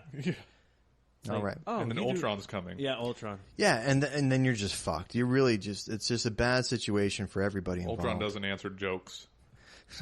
Ultron, no, there's nothing funny about fucking Ultron. All right. So last time we talked about 2 weeks ago we talked about PlayStation Plus, right? We talked about them adding the voting feature. Yes. That they're doing every few months. They said sporadically throughout the year. So Xbox which I'm guessing is in response. I'll just read the article here from Polygon. September's Xbox Games with Gold lineup consists of 2 heavy hitters and 2 lesser-known titles, with Tomb Raider Definitive Edition and Crysis 3 leading the pack, Microsoft announced today. So they're putting out some big fucking games. Those were both $60 games on the last generation of consoles, and those are both re-released games that have come out at, again, $60 fucking dollars for Xbox One. So that's a pretty big deal. I don't think PlayStation's releasing any $60 games. Yeah, no. So far the only games, but then again, I've just been a Plus membership for 2 months now. The only things they've released really are just anything that was on the PlayStation Network that were just network exclusive. Yeah, the indie games. There hasn't been anything that's been like big. There's been like AAA budget fucking games. It's just been all indie games. The only thing they did do so far, I think, was on PlayStation 3. You could download, I think it was God of War Ascend. But Ascension? But that's been out for like a couple of 2 years now, I think. Yeah. And it's like, I already bought it, beat it, why would I download it again? Yeah, well, these are games that, like, a year ago, probably even less than a year ago, they came out They came out like, I mean, they came out like at the beginning of the. Okay, so I think Xbox was released in the fall, so that spring I think these games were re-released. Yeah, somewhere right after release, these remastered and versions. I'm pretty sure if you were probably to look up those games right now, they're probably either still the $59.89 or they drop down to either $49.99 or maybe if you're lucky at some places maybe $39.99. But that's still huge price games. Yeah, well, I mean, let's look it up here on Amazon or something.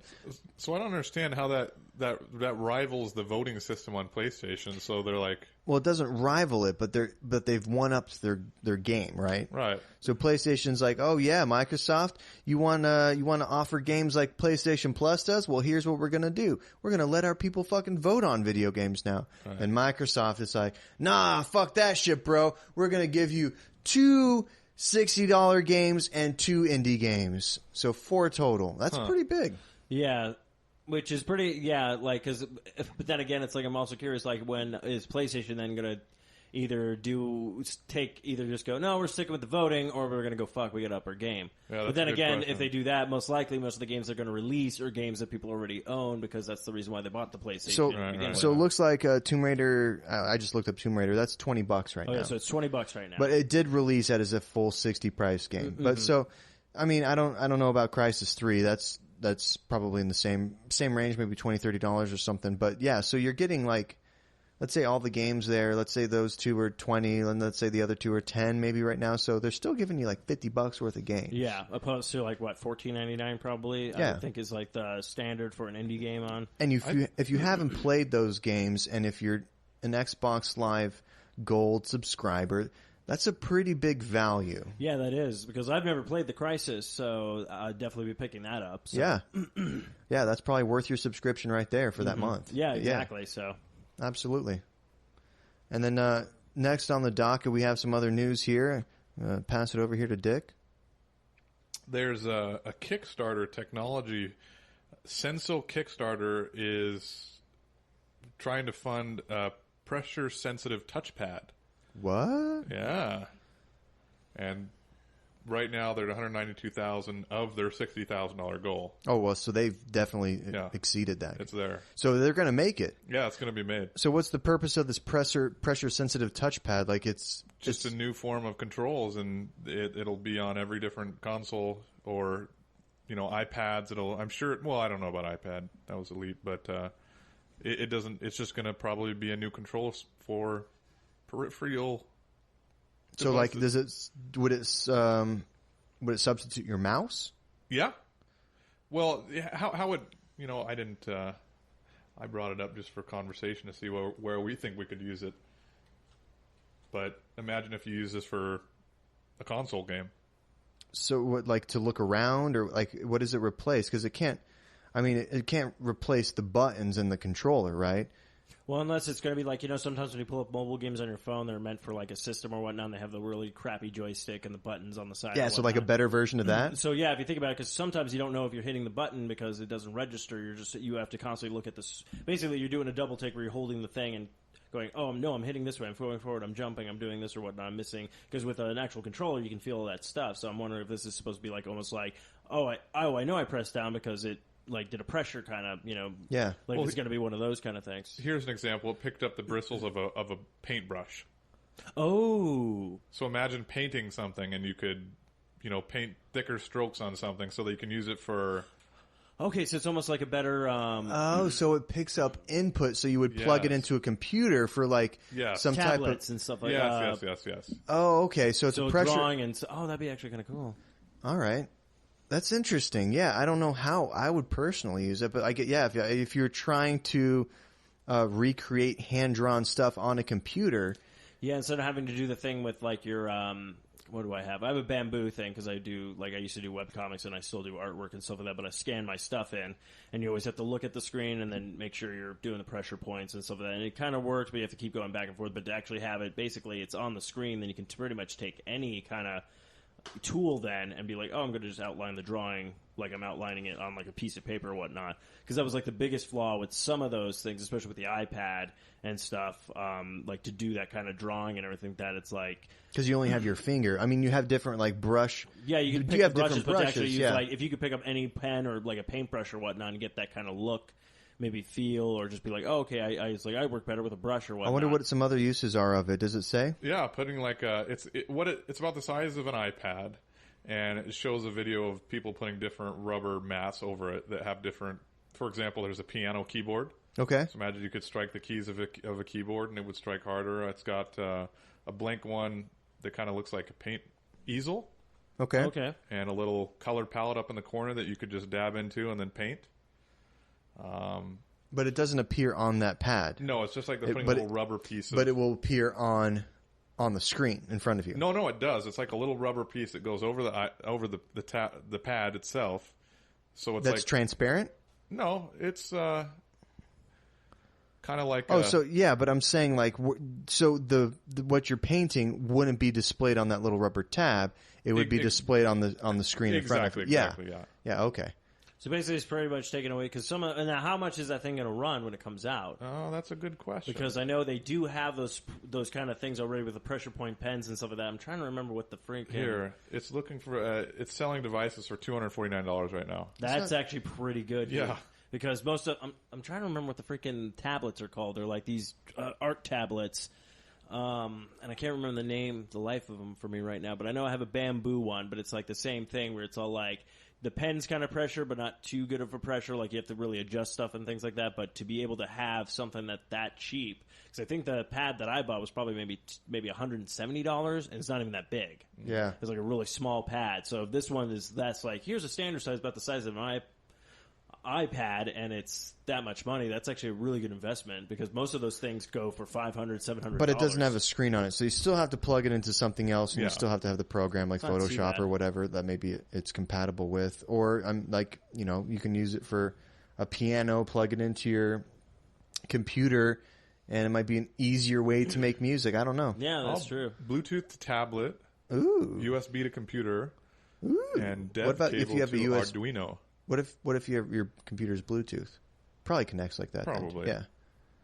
Cool. But it's pretty impressive how much steam this is gathering for 43 days left, and it's 195,000. I think when I looked earlier, it was 192,000. So it's just shooting up there. It is. No, I'm for it. What are some of their stretch goals? Do they have any listed? Stretch goal. Thanks for helping us reach our initial goal. Your support means much to us. If you reach our stretch goal of 250,000, we will ship each morph with custom stencil sleeve that can store your morph in multiple overlays. That's a fucking shitty stretch goal. Yeah, that's not very cool. All right. I like it. Art, cool music, idea. Gaming, productivity, software development. So it could, honestly, I would prefer to use a fucking touchpad and use just my hand on a fucking pressure sensitive pad than use a mouse cursor. Absolutely. So I might just use that just so I can move my finger around a pad and have it on my computer. That might be an easier way for me to navigate my computer than having a mouse. I mean, you just take out the middleman basically, right? Yeah. That's all the mouse is. So if you can basically bind, if it moves around and then you double tap like you would on an iPad or, double tap like you would on like a mouse or something. Yeah. I mean, if you can do that with it, then I might just replace my mouse. I wonder how sensitive? I mean, because it seems like something that could be easily broken. Maybe. I don't know. We'll have to find out. I guess we'll have to find out. I mean, obviously, if they made their goal and they're still doing stuff and things like that, I'm sure they're going to probably be like, more stuff will come out for it. Like to be like, hey, this is a good investment. And be like, no, you can't do this with it because it will break. Yeah. What else you got over there, Dick? That's all the news I got. Bam! We got one more story. Maybe let's just run through both of these real quick because they're not very long. So the first one here, just worth mentioning because I know we have some people that listen that play Destiny. So Destiny developer Bungie is currently hiring for a PC compatibility tester according to a job listing on its website. The PC compatibility, quote, the PC compatibility tester will evaluate PC hardware specific features and ensure various systems work together across multiple PC configurations to provide a great experience, the post reads.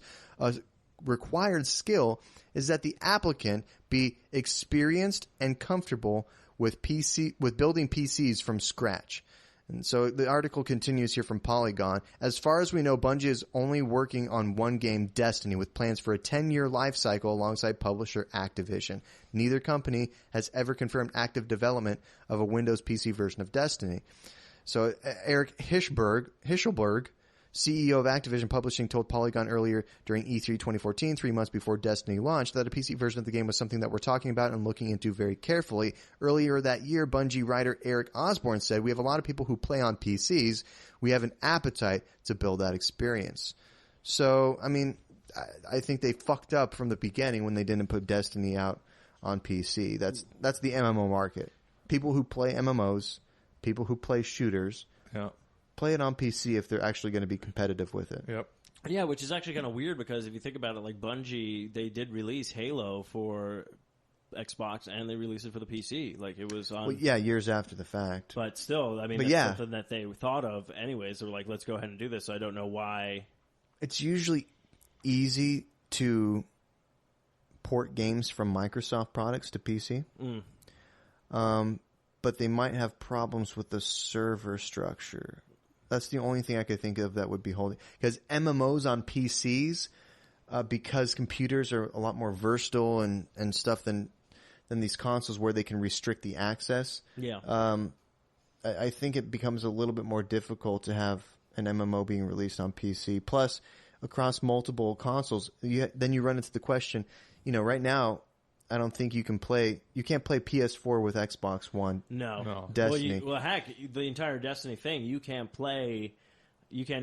even play somebody if I have an Xbox One and they have a 360, I can't even do it like that. You'd have to have it for 360 or Xbox One or those consoles. So. Yeah, and that's what the problem that ESO, which Elder Scrolls Online launched on computer, then they promised they were going to launch 30 days later, they were going to launch it on Xbox One, which I don't know if you know this, but they delayed it like 9-10 months. Yeah, no. And it just literally came out like 60 days ago. It might be even more than 9 or 10 months. Yeah, so, I think it came out in the beginning of June. And they had problems with that. They were going to, you're going to be able to play with your friends. Then, no, you're not going to be able to play with your friends. And I think now, I don't think you can play with people who are on PC. But can you play with people on... You can play with Xbox One on Xbox One, but you can't play Xbox One to PC. But Final Fantasy XIV is across PS3, PS4, and PC. See, that's what I'm trying to figure out. They can all communicate and play together. Because they did that with Final Fantasy 11, and you could actually play it through computer, Xbox 360, PlayStation 2 at that time. Yeah. And I don't know why, because to me, I thought that was the smartest idea ever. I'm like, oh, this is great for people, but I don't know why they decided, no, we're not going to do that. Yeah, I don't particularly know. I'm just, the only thing that I can guess, and I've heard this from other MMO developers, is that it's just difficult for that to actually be accomplished. But Square Enix has millions and millions of dollars. Activision is one of the biggest video game publishers in the world. They have millions of dollars too, which they partnered up with Blizzard, who has fuck tons of money. Yeah, they can probably figure it out. And next on the docket here, we'll wrap up with this one. Nintendo has filed a patent application for a console that has no optical disc drive, kicking up all sorts of speculation among enthusiasts of what the company's next piece of hardware could look like or do. The filing made in February, was published on Thursday. Its schematic diagram picture shows a card slot into which a memory card containing programs is inserted. The filing also shows an internal hard drive and the means of connecting an external one. Neo-gaffers who first spotted the filing ruminated that the presence of a memory card and a slot could mean the return of a cartridge-based console for the first time since the Nintendo 64 nearly 20 years ago. It's not clear what programs would be on such a memory card or its size, whether this console would download games from a digital device to its internal drive, or whether it would even stream them live. Nintendo in March revealed that it was working on a new console, for now called the NX, which announced a partnership with the Japanese mobile games company DNA, spelled D-E-N-A. That partnership focuses on a membership service encompassing existing Nintendo hardware and the new console, as well as smart devices and PCs. This is very interesting. Since then, Nintendo's former president, the late Satoru Iwata, repeatedly fended off queries about the NX by saying the company would not be discussing its plans for the console until next year, meaning 2016. Nintendo's last official comments on the NX came early June when the company denied a report that NX would use the Android operating system. The full patent application with images may be viewed here. Okay, so that part I didn't have to read. But anyway, so that's very, very interesting. Yeah. Very interesting. That's basically what's funny, because that's like I've said before, like Nintendo has done they do a lot of innovations. They try a lot of things. Some things work, some things don't work, but it's all a part of building a company. I mean, this is still a gaming company that has not turned their system into like, oh, it does, not only does it play video games, but you can also watch your movies on it and everything like that. Which I think is funny, because a lot of people are like, well, fuck that. I want to watch my movies. I want to watch my, put a DVD in there and stuff like that. But Nintendo's always been like, no, we're not going to do that. And well, with all the streaming services available now and people watching most of their stuff on the internet and not buying physical copies, or most people do that, Netflix it or purchase it from the Apple Store. Exactly. So there's no need. I mean, the disc drive may be obsolete in 5 years. Oh yeah, like completely obsolete. Well, that's Nintendo. Nintendo's always looking for into the future with stuff. I mean, yeah. Sometimes they hit the nail, and sometimes they don't on the head. Sometimes they hit the nail on the Wii U. But the good thing about Nintendo, at least the Wii U is still better than the Virtual Boy. Yes. The good thing with the Nintendo is you can just say, hey, Nintendo's coming out with something new pretty soon, and everybody's interested. Everybody is interested, and like diehard Nintendo fans like myself, even if the console is mediocre, which the Wii U, yeah, no, I mean, from a marketing and business standpoint, it is a failure. From a consumer standpoint, it's mediocre. And yeah. And I bought one and I love it. No, I'm the same way, but you're probably just like me, where you pretty much you bought it, you got the games that you wanted for right now, and then you're kind of going, well, what's next? Yeah. It's like, well, you got to give me something. I'm really hoping Zelda comes out on this Wii U and not the NX. The rumor about that is it's going to be released like it was with the Wii and the GameCube, where the last Legend of Zelda game was released for both consoles. Yeah. So that might be what they might be doing again. I'm not sure, but then again, they did just drop. I think it was today or yesterday. They just dropped finally. Star Fox Zero has got a release date of November 20th of this year. Oh, cool. So I was very. I saw that. Did you see that at E3 at the Nintendo thing? Yeah. From 20. Yeah, that looks kind of weird. How you have to use. See, this. that's what I'm kind of curious about. Like, I'm like, okay, you're trying something new. Yeah. And it's kind of cool, but is it going to be the point where I'm like, just give me a Star Fox game? Yeah. Don't try to gimmick me with something else. Well, yeah, like Star Fox Adventures was mediocre at best. Actually, sad part with Star Fox Adventure, I like the idea. It was by Rare. I'm like, okay, this is fun. The worst part about it was the ending, if you ever beat it. No. So everything you do, you're outside your ship, you barely use your ship at all. Yeah.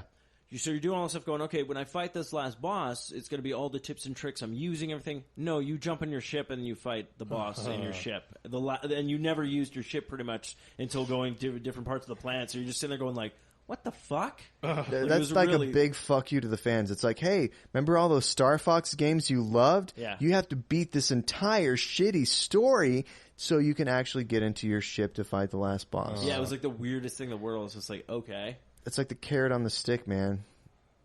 Carrot on the stick. Which is funny because technically Star Fox was a Dinosaur Planet or whatever it was called, or technically it was a completely different game that was in development called Dinosaur Planet by Rare, and they scrapped the entire product and then put the Star Fox.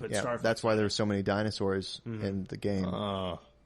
But yeah, so I mean that's a big fucking deal. Nintendo. Here's what I hope Nintendo does. Right. So I hope they just eliminate the disk drive. They make all of their games downloadable.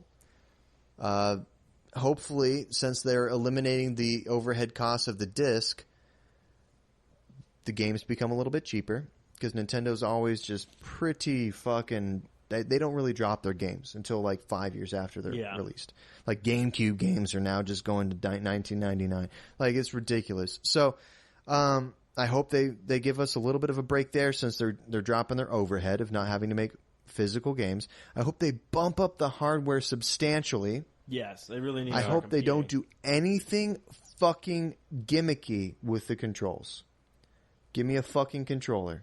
Yeah. Don't put a screen on it. Don't make me wiggle my fucking wrist around. And that's the thing. The Pro controller that they made, perfect. I'm like, this is perfect. Yep. I'm like, just give us that, which was rumored that when they were releasing stuff for the new system, they were showing like it looked exactly like the Pro controller, maybe like an added button or something like that, but nothing, no touchscreen, nothing like this. They did mention something about adapting. Now this is all rumors and stuff. There's a video that came out, so I don't know if it's true or not. Okay. But this was just sort of rumors. There was a thing where like I haven't seen anything confirmed on the NX. Yeah, exactly. The patent is the first thing. This is the first thing, but the rumors before that patent even came out, they were talking about something about when you wanted to play games, like so you wanted to use. You can use any controller, basically, again. I'm like, all right, well, that's Nintendo. But then it's like you're playing an old-school game. You didn't go out and buy a Wii U, so you don't have the Wii U pad. But you can pull up your tablet or something, and you're able to use that. That would be... And I thought that was kind of interesting. Not, again, don't know if it's true or not. That might be cool. But it's like, that's just another thing. That's why I'm wondering if that's why they're doing stuff with the mobile gaming now, too, trying to do... Here's what I really hope they do as well. I hope they put all the back catalog of all the Nintendo games, NES, Super NES, N64, GameCube. They can basically put up everything until the Wii on a digital store that you can play with a Pro controller. I would fucking love that. You know, it'd be even better too. Now, if Nintendo did a subscription. Oh yeah. So instead of like whether it's like Xbox Live or something, they did a subscription. So then all that back library of games or whatnot, you can just stream it. Like they get a really good streaming service. So it's like you don't have PlayStation Now. So better than the PlayStation Now because the PlayStation Now I heard is shit. But I'm it's saying gotten like a little bit better, but yeah. But what I'm saying is like you basically could go, oh, I don't have to buy all these games again. I can just stream. It's like, because how many times have you purchased a game from Nintendo over and over again just because it was on a different platform? Yeah, that's true. So it's like that right then and there. There's been shit tons of collections and re-releases of games that have the same fucking graphics. It's just you can play them on the newest Nintendo system. That would just be a smart move in the direction, I think. If you pay like a subscription fee or something like that, or this is your monthly fee, for the year or something like that, and then you get access to all these games. Nintendo's never been very good about that. Like when they released Earthbound, I think it was still like you still paid like $15-$20 for it, like a Super Nintendo game on the Nintendo store. Yeah. It's a Super Nintendo fucking game that you're still paying $15-$20 for. Like, that just doesn't make sense. But that's how Nintendo is. Like they have a monopoly on their games. Like they're not a third party; they're a first party. They don't have to cater to other third-party developers. They don't have to cater and be in competition with Xbox and Microsoft because they have a large group of players that are 100% devoted to Nintendo that pretty much will be until they die. Yeah. There's a lot of them out there. That's how they're still in fucking business. Yeah, I'm one of them. I know that. I'm the one that's been buying their out in every one of their systems. So. There's only one new IP out there that's even within like the last like 5 years or something. Like the only new IP has been Splatoon. Yeah. There's just been reiterations of Yoshi's and Kirby's and different Mario games and Super Smash Brothers games and Zelda games and just regurgitated IPs in a different form. and then they finally put out Splatoon, and that was fucking gold. Yeah, no, and it keeps getting better. Like they're doing the updates, they're giving you new weapons. They basically took what everybody wanted was like a multiplayer game online and stuff like that, but they gave it a twist that it's all like everyone can play it. It's not just catered to, oh, this is for adults, this is for teens. No, it's for everyone. Everyone can have fun with it and stuff like that. And and now they're like, oh, you know how Call of Duty does updates? We're doing that too. So you're getting like all these new features with this game, which was like, which is kind of funny. You sit there going like, oh, yeah, everyone's been doing it for years, but then you guys did it, and it's almost better than what everyone else has been doing for years. Because you were like, well, everyone can play it. So what's you're not niching it to a market kind of thing. Well, you still have to first-person shooters and own a Wii U. But, besides that, I mean, that's your barrier to entry there. Besides that, you don't have to be, especially into first-person shooters. Actually, you can still go in there not knowing a lot about them and have quite a bit of fun. Yeah. Especially with the roller. Yeah. The roller is probably the best part. Yeah, it's just, crazy with that kind of stuff. So, I mean, it's I don't know. I think they're going to do fine. It's just going to be... I mean, but then again, this is also what happened when the Wii first came out. I remember when, of course, all the other gaming companies were like, what are you guys doing? You guys are dumb. And then next year, they're all like, hey, yeah, so movement. Let's all do it now. Well, yeah, that's because the Wii was kind of a phenomenon. I mean, it was a standalone phenomenon for Nintendo. They broke all their sales records. Mm-hmm. They broke a lot of video game sales records. More people own Wii's than 360s and PS3s from that generation because grandma was buying it. Yeah. The people who weren't playing video games were buying it for the bowling and stuff. When we talked about that, I think either last week or a couple of weeks ago. Yeah. So, and then that's when Sony and Microsoft were like, I want a fucking piece of the cheese. Yeah. I'm going to make the Kinect and I'm going to make the PlayStation Motion or whatever it was called, or PlayStation Move or whatever. And that was not successful. No. I mean, sad part is I think Kinect was a little bit better successful than the Move, but it wasn't Wii. You know what I use my Kinect for? Xbox Pause. For movies? That's it. Yep. Xbox Pause. I have mine unplugged because I don't even start my Xbox up anymore. No. I don't use my Xbox One. Wah, wah. Schmackity bank. I did notice that one of the updates on the new Nintendo is Dragon Quest could be headed to the Nintendo NX. Cool. They just announced a new Dragon Quest game last week. I guess that could be news too. Yeah, they were talking about already. I think there's one that's coming out for the PlayStation 4. They were talking about Dragon Quest. If I think this is the correct one, maybe I can't remember. 11. And then they mentioned already, with the NX, they're getting 2 of the Dragon Quest games, right off the bat, Nintendo, whatever their system's going to be, the Next, I think they're calling it right now. Of course, that will change. I mean, they do that. I think, what was it, the N64 was called the Dolphin at first? No, that was the Wii. Oh, that was it. Yeah, the Wii was called the Dolphin. Yeah, it was Ultra. They were calling it the Ultra. Nintendo Ultra was going to be the 64. With 64, yeah.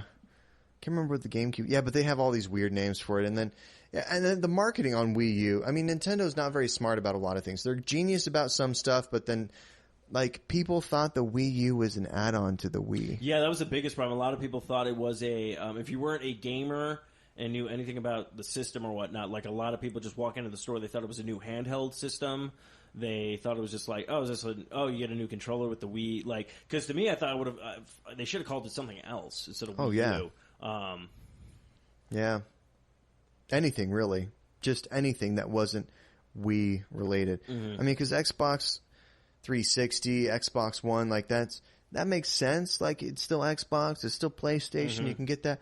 The Nintendo Wii U, it's a weird marketing thing. That's the first one they did, the only one they did that, right? Yeah, I mean, they did 64, Super Nintendo, GameCube, and Wii U. Yeah.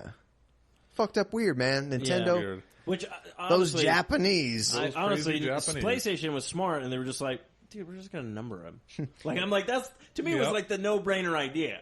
Because it was just all you don't have to remember a stupid, because then what ends up happening is what do you call it? The PS3, the PS4, the PS2, you just shorten it down to those 3 letters. Yeah. The only time you ever called it, because not once did you ever call it the PS1, Even when they rebranded it when it came back out, like with the smaller system, like, oh, this is the PS1. I'm like, no, it's a PlayStation. Yeah. I would just call it PlayStation. But it's like, but yeah, you know. And then when you referred to it, I mean, the only time is when the PS2 came out. That's when you started referring to stuff as PS1 games. Yeah. Otherwise, it was just PlayStation games. Yeah, it was just PlayStation games.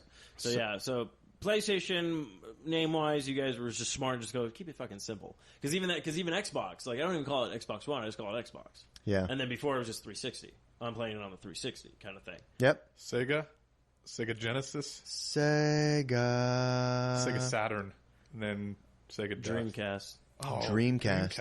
That's still a good system. No, Dreamcast to me was an awesome system. It made you feel like you had a arcade cabinet at your house. Yeah. All the games that came out for, like, that's the shitty part. Like, that was a system that Sega made great arcade games. You know what they did also, now that I think about it, was they had a game controller, because they had a little LED screen that was a memory card that slid into your controller, which was a portable device in itself. Yeah, they were the first ones to... Oh, that's like Wii. They were a Wii U. They were a Sega U. Yeah. No, DU. That's actually the dumb part. I'm sitting there going, like, why did I get rid of my Dreamcast? I want to get another one because that thing was just phenomenal. Like, it was. It was literally, it sucked to be, that was the last, swan song for Sega. Like, you kind of wish this would have come out before this. Like, this should have been what Saturn wasn't, kind of thing. Well, the reason that it failed is because it was very difficult to make video games on it. Like, that's kind of like the same problems that happened with PlayStation, except Sony had way more fucking money than Sega, so they just made their own games on PS3 primarily. But like, it was really hard to develop for, so people went to PS2 at the time, which was much easier. I think what came out PS2. Yeah. I think N64 was still out when Dreamcast came out. So. Yeah. And then GameCube, and it was all over, man. GameCube did really well. Fuck yeah. Does very well. No, GameCube did very well because basically they were just like, oh, here's GameCube. Oh, you know what we're also going to bring to the GameCube? Oh, remember Smash Bros? Yeah, here's the sequel. And everyone was just like, fuck, I'm done. Yep, take my fucking money. All right, well, that's going to wrap up episode motherfucking 29 of the Geek Lazer podcast. Woo! Good podcast, fellas. Great. If you're listening to this podcast, don't forget to tweet at, what was it? Hashtag better than Kardashian ass. Oh yeah. Yeah, or you can find us at Geek Lazer on Twitter. I think I have the logins for that. And you can find us at www.geeklazer.com, also Facebook/Geek Lazer. Send us an email at geeklazer@gmail.com. And I think you can maybe send an email to emails@geeklazer.com. I don't know if I have the login for that still. We'll figure it the fuck out. With us today, per the usual, we have the best/worst thing to ever happen to the Laser of Geeks, Mr. Steve-O Mooney. Wait, what? And with us, we also have Mr. Richard the Dictate. Comme bon moi. That's what she said. Damn. Oh. I got you pregnant. And again, I'm your host. My name is Zach Zent, and you've just listened to the Geek Lazer. My microphone's attacking me.